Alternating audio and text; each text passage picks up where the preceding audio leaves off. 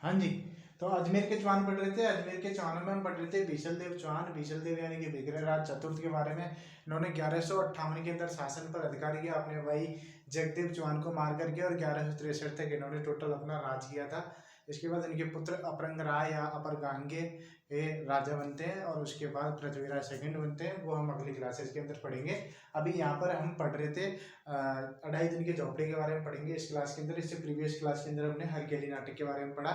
आपसे रिक्वेस्ट है कि अगर आप पहली बार चैनल पर आए हो और पहली बार क्लासेस देख रहे हो, तो आप जाकर के पहले प्रीवियस क्लासेस देखें। यदि यहाँ पर भी आ गए हो तो पहले इस क्लास को भी देख सकते हो, उसके बाद उस क्लास को उन क्लासों को देख सकते हो जो प्रीवियस में हो चुकी है।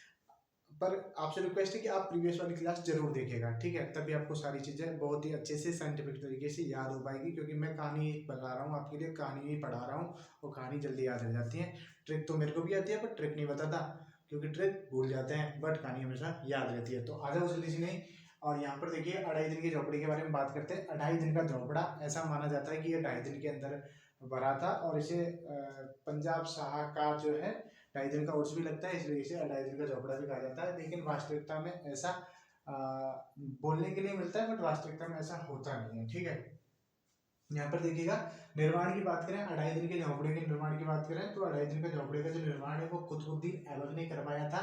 सरस्वती कंठावर्ण जो संस्कृत पाठशाला थी उसको तुड़वाया था इन्होंने, तुड़वाया था, और उसके स्थान पर ही 2.5 दिन का झोपड़ा इन्होंने बनवाया था। किसने बनाया था, डिजाइनर कौन था, निर्माणकर्ता कौन था? तो उस डिजाइनर का नाम था अबू बकर। पूछ लिया जाता है कि बताइए बताइए कि 2.5 दिन के झोपड़े का डिजाइनर कौन था।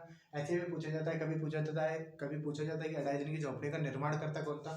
तो याद रखना आपको अबू बकर। वास्तविकता में ये है क्या? वास्तविकता में 2.5 दिन का झोपड़ी यदि देखते हो तो आपको वहां पर जाओगे तो वहां पर आपको 16 खंभों की एक मीनार मिलेगी, जिसे मस्जिद भी बोल सकते हैं। मस्जिद मानिए बेसिकली। 2.5 दिन का झोपड़ा अगर आपसे बेसिकली कोई पूछता है कि 2.5 दिन का झोपड़ा क्या है, तो आप बता सकते हो कि 2.5 दिन का झोपड़ा क्या है, एक मस्जिद है ना?